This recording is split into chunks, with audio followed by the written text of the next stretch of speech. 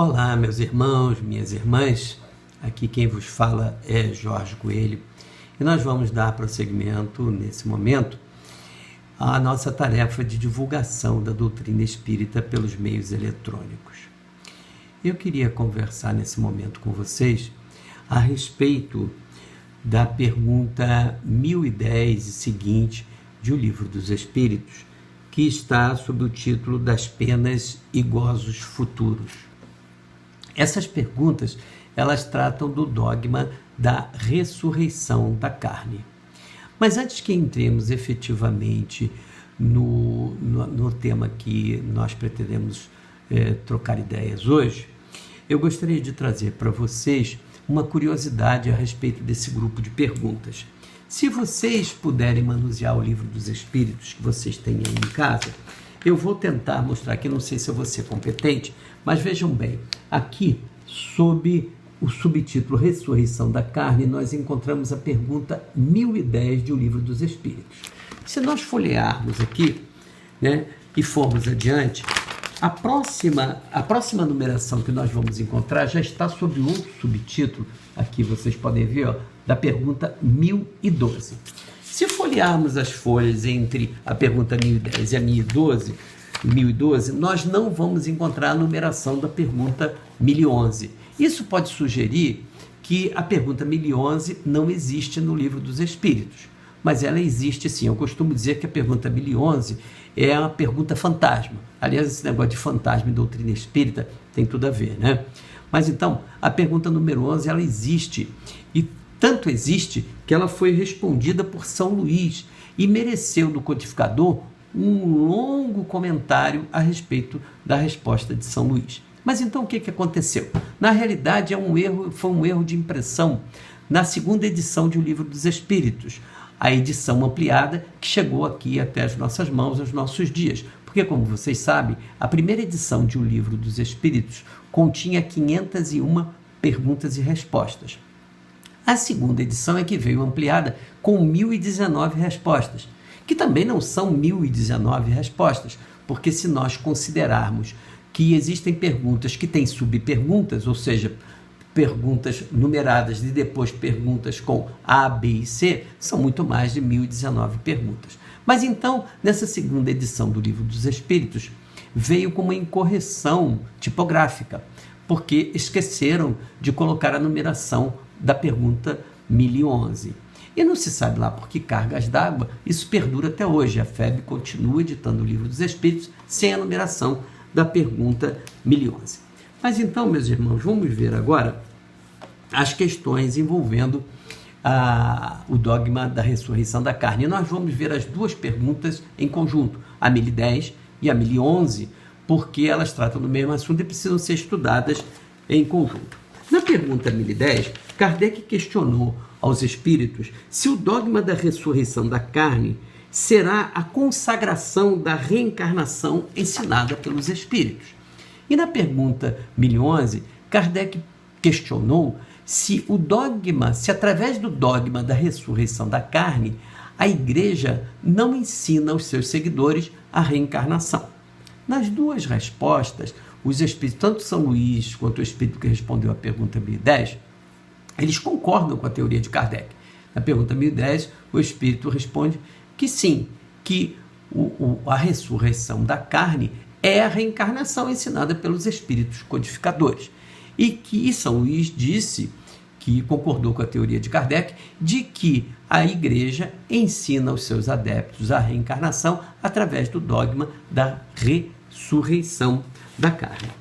O espírito que respondeu à pergunta 1010 nos chama a atenção para que não fiquemos presos às ideias emblemáticas, às palavras emblemáticas da Bíblia, do Novo Testamento, do Velho Testamento, que encobrem a realidade dos fatos, que a gente deve ir além do emblema das palavras para que a gente possa compreender a ideia central e verdadeira que está por trás daquilo que está sendo dito, como no caso da ressurreição da carne. Na realidade, a ideia que está por trás dessa expressão ressurreição da carne é a reencarnação, ou seja, a possibilidade do espírito retornar ao corpo físico quantas vezes for necessário. Muito bem. Então vamos agora adiante pensar sobre o seguinte: é muito fácil perceber, tanto no Velho Testamento quanto no Novo Testamento, que o povo hebreu admitia a ideia, a possibilidade das vidas sucessivas. O povo hebreu contemplava a possibilidade de um espírito que já tivesse vivido no mundo material, na vida física, e que tivesse morrido, tivesse desencarnado, que esse espírito poderia sim retornar à vida física para uma nova experiência, para uma nova existência. Eles contemplavam essa ideia. Eles só não sabiam que lei, que mecanismo estava por trás disso que possibilitava que isso acontecesse. Eles não sabiam como isso se dava, mas eles tinham a ideia a respeito disso. Isso fica muito claro num diálogo muito interessante, emblemático, que aconteceu entre Jesus e Nicodemos. Nicodemos era um doutor da lei, era um membro do Sinédrio, um dos membros mais respeitados e mais idoso, mais antigo do Sinédrio. E conta lá, anotou lá João, no capítulo 3, versículo 1 a 10, esse encontro de Jesus com Nicodemos. E diz João que Nicodemos procurou Jesus de noite.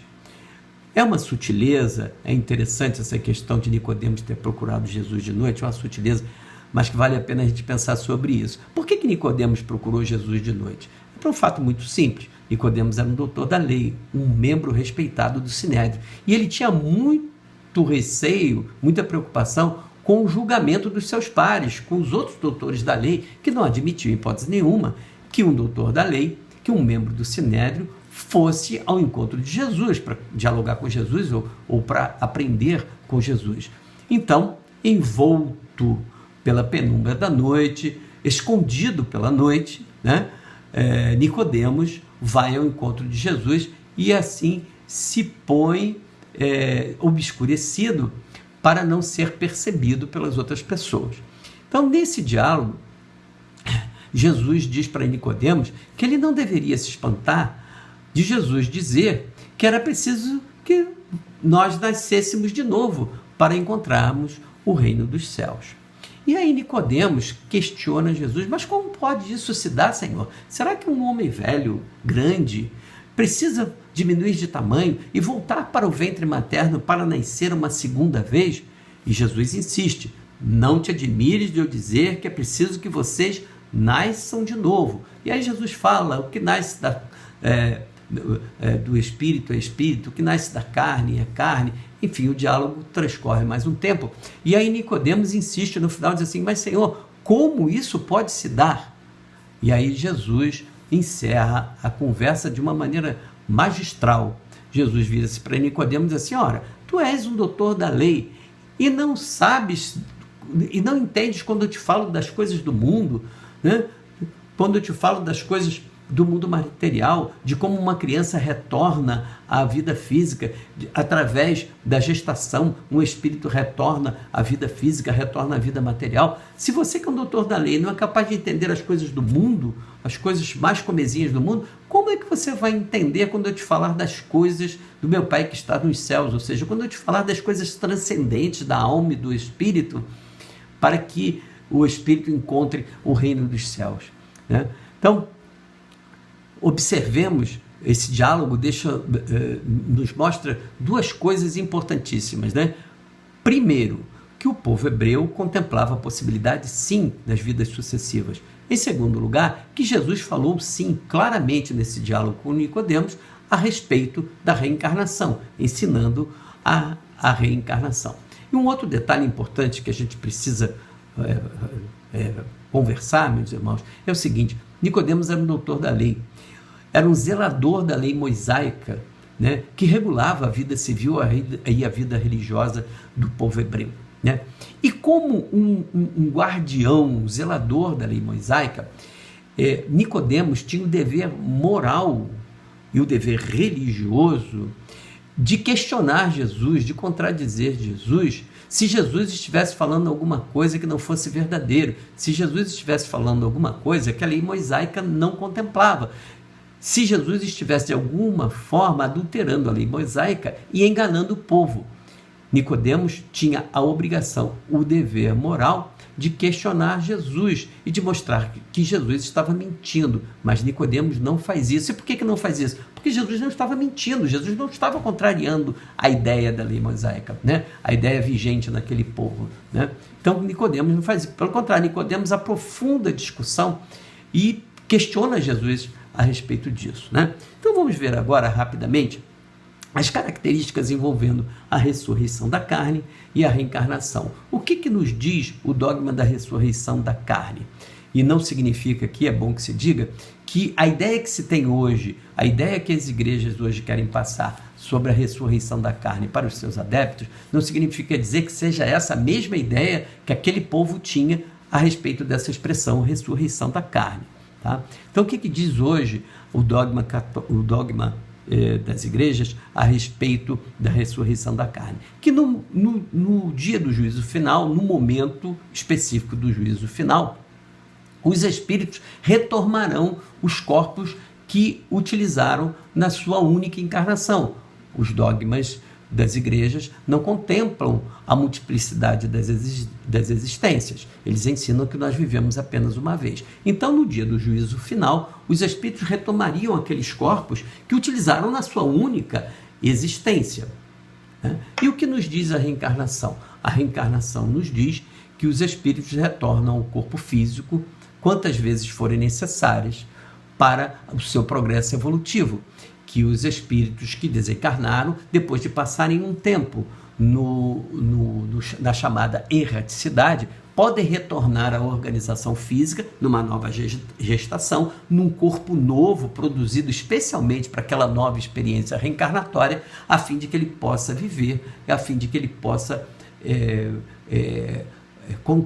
completar o seu progresso espiritual, para que ele possa encontrar o reino de Deus, ou seja, a fim de que ele possa evoluir moralmente, espiritualmente e se tornar um espírito puro. Né? Então, são esses dois elementos que diferenciam a reencarnação e a ressurreição da carne. E mais uma coisa, né? Enquanto a ressurreição da carne põe o juízo final num determinado momento, a reencarnação nos diz que esse juízo final acontece todos os dias. Afinal de contas, todos os dias temos espíritos que estão reencarnando, que pelo fenômeno da morte física estão abandonando o corpo físico e estão ressurgindo no mundo espiritual. E no momento que estão abandonando o corpo físico e ressurgindo no mundo espiritual, eles estão fazendo a sua avaliação, estão tendo o seu juízo final, não o juízo final pelo Criador ou por uma outra entidade qualquer, mas eles estão fazendo o seu juízo final consciencial, através da sua própria consciência, avaliando a sua encarnação recém-finda e tudo aquilo que eles fizeram ou deixaram de fazer ao longo da existência que naquele momento termina. Então, naquele momento ele está pesando, ele está avaliando a sua última reencarnação, né? Mas então vamos agora, meus irmãos, falar a respeito disso, porque além essa questão envolvendo a ressurreição da carne, além da questão filosófica envolvendo isso, assim como na pergunta 1009, que nós já vimos em outro momento, a discussão filosófica sobre as penas eternas, se as penas eternas estão de acordo com a natureza de Deus, de acordo com os atributos divinos. Nesse dogma da ressurreição da carne, nós temos um elemento que se junta às discussões filosóficas, um elemento importantíssimo e que lança luz e que ilumina essa discussão a respeito da ressurreição da carne. E que elemento é este, meus irmãos? É o elemento ciência, é o elemento científico. Por quê?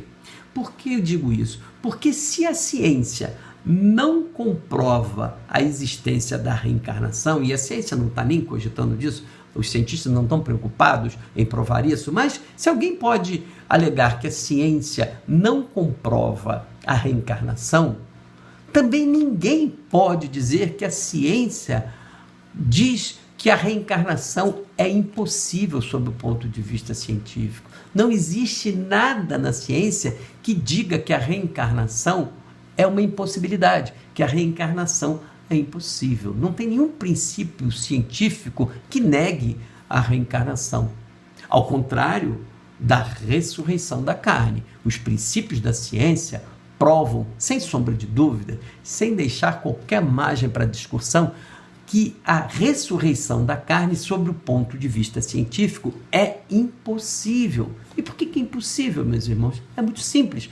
Porque o corpo físico, pelo efeito da morte, a organização física começa a se deteriorar, começa a se desfazer. E os elementos químicos que compõem a organização física, o azoto, o carbono, o hidrogênio, o oxigênio e os demais, eles se decompõem, eles se desassociam e vão compor outros corpos, outros organismos, vegetais, animais e até outros organismos humanos, num dito emblemático, né, num dito bíblico, que viemos do pó e para o pó retornaremos. Ou seja, nós viemos, a nossa organização física, os elementos químicos que compõem os corpos físicos dos espíritos encarnados, vieram da economia planetária.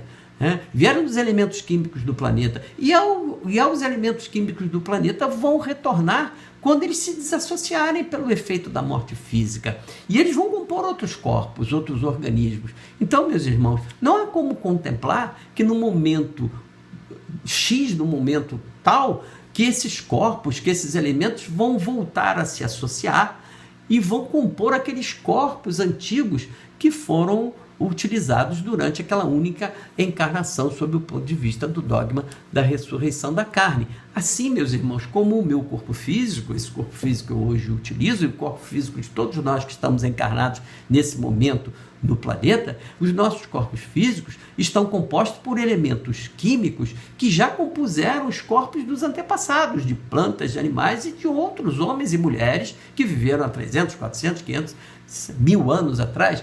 Esses elementos hoje estão compondo as nossas organizações físicas, né, meus irmãos? Então, não é possível, sob o ponto de vista científico, dos princípios científicos, a ressurreição da carne é uma impossibilidade absoluta. E nós devemos, meus irmãos, se me permitem, fazer o que o codificador nos recomenda: utilizar o crivo da razão, da lógica, da ciência, da inteligência. Vejamos, meus irmãos, o que é mais lógico, o que é mais racional, o que é mais possível, o que não fere a razão, não fere a lógica e não fere os princípios da ciência? A reencarnação ou a ressurreição da carne?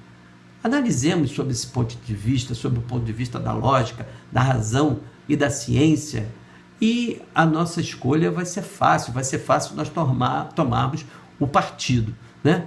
Pensemos bem sobre isso, analisemos com calma, meus irmãos, e nós chegaremos a uma boa conclusão, com certeza. Eu agradeço a atenção de todos que tiveram a paciência de me seguir até agora e desejo que todos tenham saúde e muita paz.